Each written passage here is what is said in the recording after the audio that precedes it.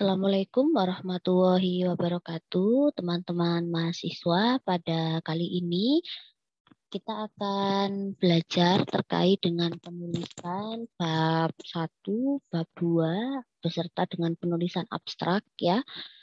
Untuk penulisan judul ini teman-teman kemarin sudah saya sampaikan di bab penulisan ejaan, namun tetap saya sampaikan juga sebagai penguat begitu ya.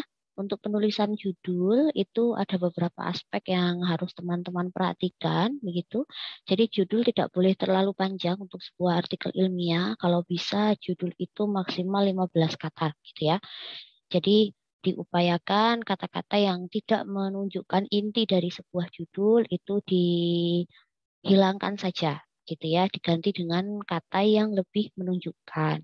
Kemudian ada beberapa kata yang sekiranya teman-teman harus tulis dengan huruf kecil.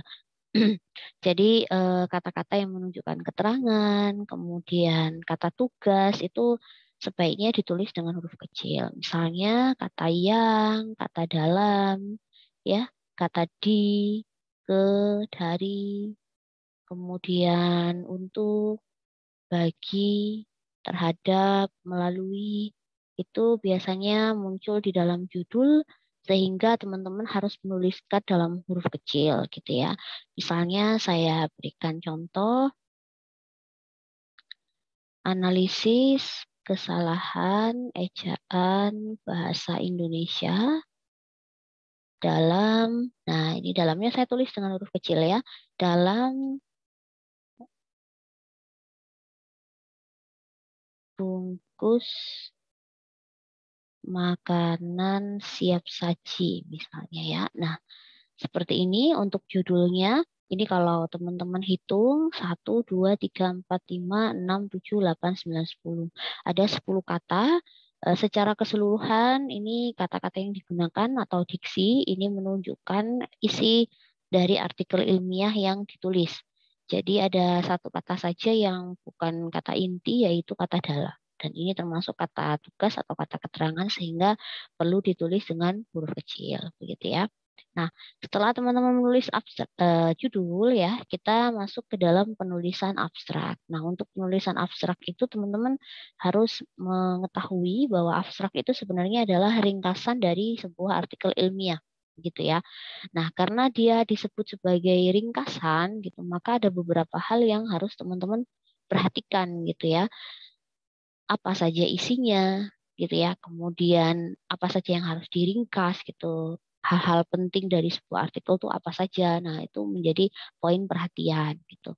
Nah, untuk penulisan abstrak sendiri ini boleh dilakukan di awal ketika teman-teman sudah menulis artikel secara keseluruhan gitu ya, sebagai dugaan awal gitu ya, karena di dalamnya ada hasil dan pembahasan, tapi bisa juga teman-teman menuliskan itu di akhir gitu ya, di akhir penulisan artikel baru menentukan abstrak itu diperbolehkan. Nah, sayangnya pada beberapa penulisan artikel ilmiah yang harus dikirim ke jurnal, ke proceeding, seminar, itu mengharuskan teman-teman mengirimkan abstrak terlebih dahulu, gitu, baru artikelnya. Kadang-kadang seperti itu ya, untuk diseleksi dari abstrak itu gitu ya, karena dari mereka sudah berpandangan bahwa teman-teman itu sudah menulis artikel secara utuh gitu ya. Nah, tinggal menyusun abstraknya untuk dikirimkan begitu ya. Jadi abstrak ini memang agak-agak tricky gitu ya. Kadang kalau saya belum nulis artikelnya ya saya siasati gitu ya. Nah, saya reka-reka gitu. Nanti kalau sudah artikelnya sudah jadi, abstraknya lolos, nah nanti ketika di artikel ilmiah abstraknya saya revisi gitu. Jadi itu diperbolehkan ya. Nah, isinya apa saja? Ini ya, isinya apa saja? Untuk abstrak itu isinya tentu harus mencakup pendahuluan, gitu ya, ada latar belakangnya. Kemudian ada tujuan dari penelitian atau tujuan penulisan artikel, gitu ya. Kemudian metode yang digunakan apa? Ini harus juga ditunjukkan dalam satu kalimat gitu ya. Jadi semuanya dalam satu kalimat ya. Jadi tujuan penulisan artikel satu kalimat, metode yang digunakan satu kalimat. Nah, untuk pendahuluan ini boleh lebih dari satu kalimat gitu ya. Asal tercakup gitu. Karena memang kita ada batasan jumlah kata 150, 200 itu. Kalau terlalu panjang nanti nggak bisa mencakup semuanya gitu ya.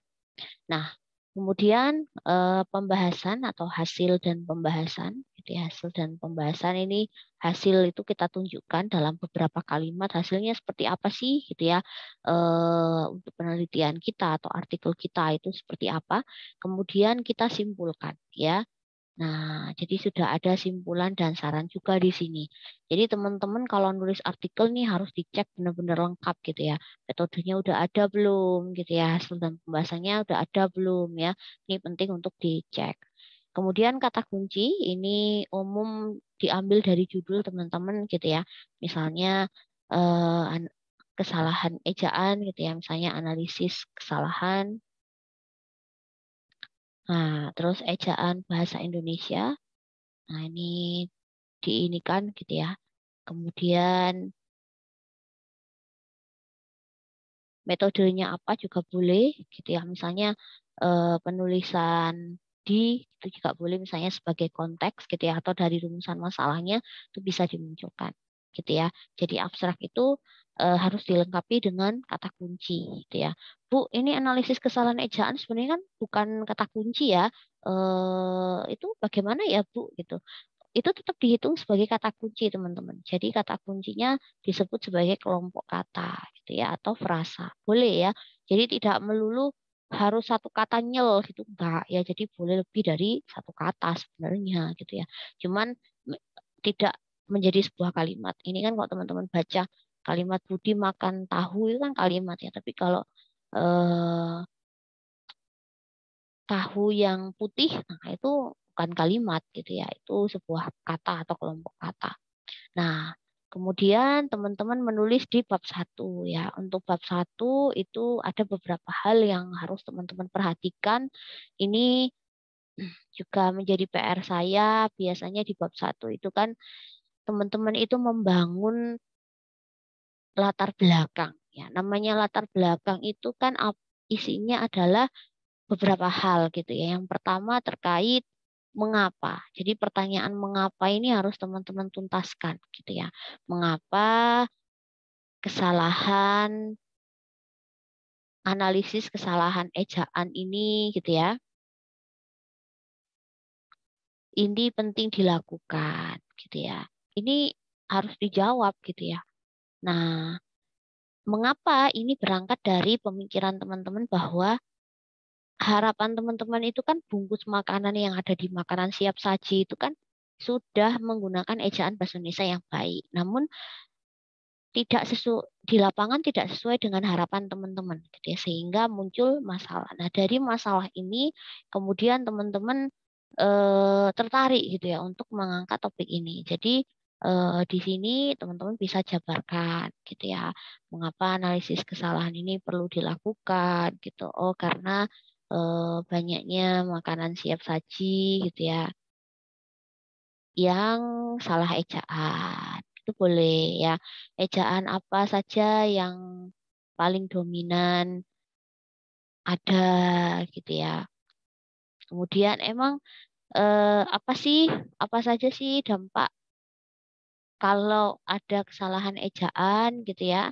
Nah, itu juga boleh gitu ya. Jadi kita sampaikan di sini. Nah, ini boleh teman-teman mengambil kutipan dari orang lain tuh boleh ya. Jadi kutipan dari orang lain boleh disertakan di sini ya. Nah, ini namanya latar belakang. Kemudian yang kedua, teman-teman harus menyatakan gitu ya tujuan penelitian gitu ya atau penulisan artikel ini apa gitu ya. Jadi tujuan penelitiannya harus disampaikan. Misalnya eh, oleh dibuka dengan kalimat seperti ini biasanya. Oleh karena itu gitu ya atau berdasarkan uraian latar belakang tersebut gitu ya. Nah, tujuan penelitian ini atau tujuan penulisan artikel ini adalah mengidentifikasi bentuk gitu ya, kesalahan ejaan bahasa Indonesia dalam bungkus makanan siap saji. Dari penulisan ini gitu ya,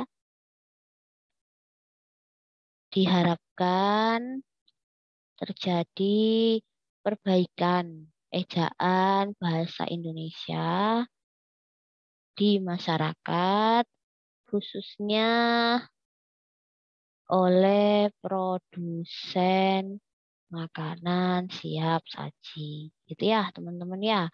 Nah, jadi tujuan penelitian bisa disesuaikan sama teman-teman gitu ya. Nah, yang kedua penulisan bab 2 ya.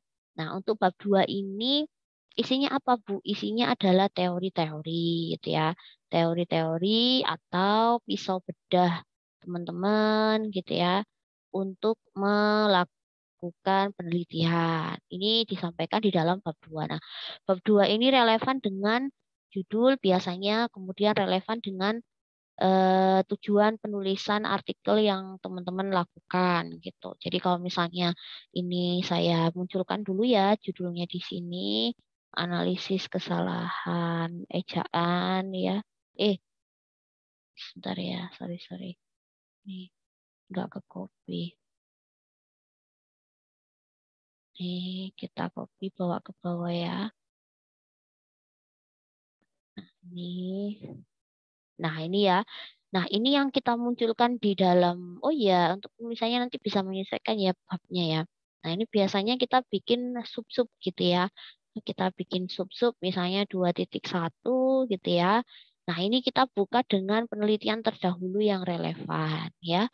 Jadi ini namanya adalah apa ya, track recordnya, out of the stat gitu ya. Jadi penelitian terdahulu yang relevan terkait dengan penelitian ini apa gitu ya. Misalnya ini kita harus ngapain Bu di bagian ini gitu ya.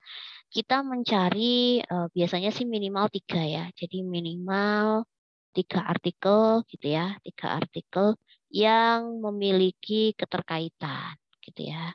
Keterkaitan dengan artikel yang kita tulis. Nah, keterkaitannya itu dalam hal apa? Misalnya dalam hal metode, dalam hal mungkin bungkus makanan siap saji, atau mungkin sama-sama menganalisis kesalahan ejaan bahasa Indonesia. Nah, itu kita bisa tuliskan gitu ya. Kita bisa tuliskan. Oke, nah ini teman-teman bisa dibantu dengan mencari artikel di Google gitu ya. Di Google tuh bisa teman-teman cari di sana gitu ya. Sebentar, saya stop share dulu.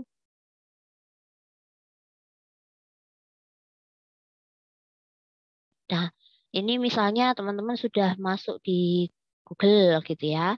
Nah, ini teman-teman cari dulu gitu ya artikel yang teman-teman mau tuliskan kerelevansiannya dengan artikel yang teman-teman tulis gitu ya. Sebentar ya, ini mungkin karena terkoneksi dengan Zoom sehingga. Nah, misalnya analisis kesalahan tadi ya. Nah, kita cari di Google Scholar apakah ada gitu ya. Nah, ini kan sudah ada nih dalam media massa. Nah, ini udah dapat satu kita ya, kita open gitu misalnya ya. Nah, kita unduh artikelnya gitu ya, kita unduh, kita baca gitu ya. Misalnya ini dari artikel ini terlihat analisis kesalahan ejaan bahasa Indonesia dalam media massa daring. Nah, ini kita kembali ke Microsoft Word-nya. Nah, misalnya kita nulisnya seperti ini, teman-teman ya. Jadi kita dari artikel yang kita tulis dengan 3 artikel sebelumnya itu kita cari apa sih sebenarnya gitu ya. Kita cari persamaan dan perbedaannya gitu ya. Kita cari persamaan dan perbedaannya gitu ya. Nah, persamaan dan perbedaannya ini mencakup apa Bu gitu ya, ya bebas ya, bisa dari data yang digunakan, bisa dari metode yang digunakan. Nah, itu boleh teman-teman pilih gitu ya. Misalnya penelitian ini gitu ya memiliki persamaan dan perbedaan dengan 3 artikel sebelumnya gitu ya. Pertama, artikel dengan judul. Nah, tadi yang dicari di Google ini tadi ditulis ya. Ini kesalahan ejaan pada detik.com ini dituliskan. Nah, terus oleh siapa gitu ya? Oh, oleh Winata gitu ya. Nah, ini kita tuliskan di sini. Sorry. Kita tuliskan di sini ya. Nah, oleh Winata tahun berapa itu juga perlu disertakan di sini ya, tahun berapa. Oh, tahun 2019 gitu ya. Tahun 2019 gitu ya. Nah, ini seperti ini gitu ya. Persamaannya terletak pada jenis analisis kesalahan yang dilakukan gitu ya. Sedangkan perbedaannya terletak pada misalnya ini pada media ya, media massa yang ditulis, yang dianalisis. Nah, jelaskan pada penelitian ini media yang dianalisis adalah bungkus makanan siap saji. Nah, gitu ya teman-teman ya. Terus kedua, penelitian ini bisa dimasukkan dalam satu paragraf atau teman-teman tinggal enter gitu ya. Nah, biasanya gitu ya, saya juga biasanya ngasih diagram atau tabel persamaan perbedaan gitu. Jadi bisa banyak hal ya. Bisa bentuk tabel gitu ya, persamaan perbedaan, bisa juga diagram fishbone gitu ya. Sebentar saya inikan dulu diagram fishbone-nya. Jadi teman-teman bisa nanti mencontek dari situ begitu ya. Nah, ini teman-teman bisa lakukan gitu ya. Namanya adalah diagram fishbone gitu ya. Ada nggak ini ya diagram fishbone? Kemarin saya sempat bikin teman-teman ya. Nah, ini teman-teman bisa lakukan. Nah, ini teman-teman ya. Jadi ini disebut sebagai diagram fishbone ya. Nah, ini teman-teman bisa mengambil dari sana gitu ya. Nah, ini kan ada penelitian 1, penelitian 2, penelitian 3, penelitian 4. Nah, kita ambil persamaan dan perbedaannya gitu ya. Sebentar, sepertinya saya punya ini ya. Saya kopikan ke sini, nanti saya kirimkan Microsoft Word-nya ke teman-teman ya. Nah, jadi nanti dikasih diagram fishbone di sini. Ini fleksibel ya, kalau teman-teman menyertakan boleh, tidak juga tidak apa-apa ya. Jadi kita letakkan diagram fishbone-nya. Nah, di sini ya. Nah, gambarnya kita letakkan di belakang ya. Ini bisa pakai Canva, teman-teman, atau bisa juga pakai aplikasi yang lain. Nah, ini persamaan perbedaannya kita letakkan di sini ya. Jadi biar lebih terbaca. Nah, ini kita rata tengah, gambar 2.1. Kan ini terletak di bab 2 ya. 2.1 diagram fishbone gitu ya. Apa ini misalnya? Oh, persamaan atau penelitian terdahulu yang relevan. Gitu ya, kita tuliskan. Oke, sudah. Nah, setelah bab 1 penelitian terdahulu yang relevan sudah selesai, kita kembali lagi nih ke bab selanjutnya gitu. Apa saja yang dimasukin di bab selanjutnya? Ini kembali lagi pada judul sama tujuan tadi ya. Nah, kita lakukan eh, kesalahan misalnya kesalahan ejaan di masyarakat. Nah, itu dominannya apa? Itu bisa kita tuliskan di situ gitu ya. Kemudian bentuk kesalahan ejaan di masyarakat misalnya atau dalam tulisan gitu ya, itu boleh gitu ya. Dampak atau penyebab gitu ya. Faktor penyebab kesalahan ejaan dalam tulisan. Itu juga boleh gitu ya. Kemudian misalnya kita mau melakukan teori-teori analisis biasanya di metode ya kalau itu. Nah, jadi ini kalau misalnya sampai di sini aja udah cukup, udah sangat detail. Nah, itu boleh ya.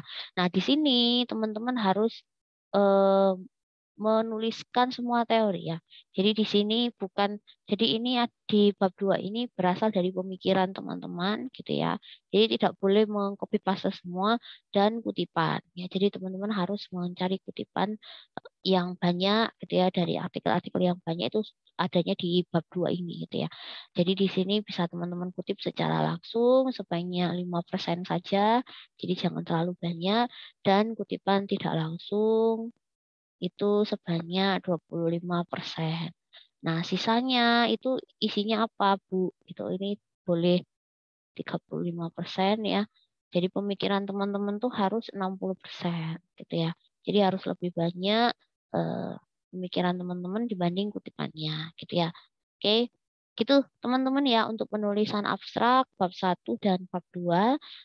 Untuk waktu yang tersisa teman-teman silakan untuk menulis gitu ya, untuk menulis, untuk dituliskan artikelnya.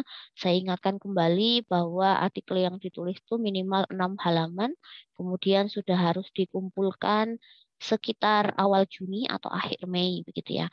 Karena pertemuan minggu depan ini saya akan jelaskan tentang penulisan bab 3, bab 4 dan bab 5. Nah, di tanggal 31 ini teman-teman sudah harus presentasi gitu ya. Kemarin saya lupa ya dikumpulkan tanggal berapa, sebentar saya bukakan dulu ya teman-teman, biar ini ya, biar enak gitu ya teman-teman juga jadi ingat gitu. Sebentar ya. Ini saya buka kembali. Nah, ini ya, kita akan belajar eh kita akan presentasi tanggal 30 Mei, ini masih random. Jadi di sebelum tanggal ini teman-teman harus sudah ngumpulin artikelnya gitu ya. Berarti artikel itu sudah harus saya terima paling lambat 1 hari sebelum perkuliahan dimulai. Jadi kalau teman-teman kuliahnya tanggal 31 Mei ya gitu ya. Berarti tanggal 30 Mei sudah harus dikumpulkan. Kalau teman-teman kuliahnya tanggal 2 Mei, berarti tanggal 1 sudah harus dikumpulkan, gitu ya. Jadi sehari sebelum presentasi di tanggal ini, gitu ya, di pekan kelima ini, gitu ya teman-teman. Itu saja teman-teman yang bisa saya sampaikan, gitu ya, kepada teman-teman semua. Semoga teman-teman bisa mengambil banyak wawasan berharga dari apa yang sudah saya sampaikan. Saya cukupkan dan akhiri. Wassalamualaikum warahmatullahi wabarakatuh.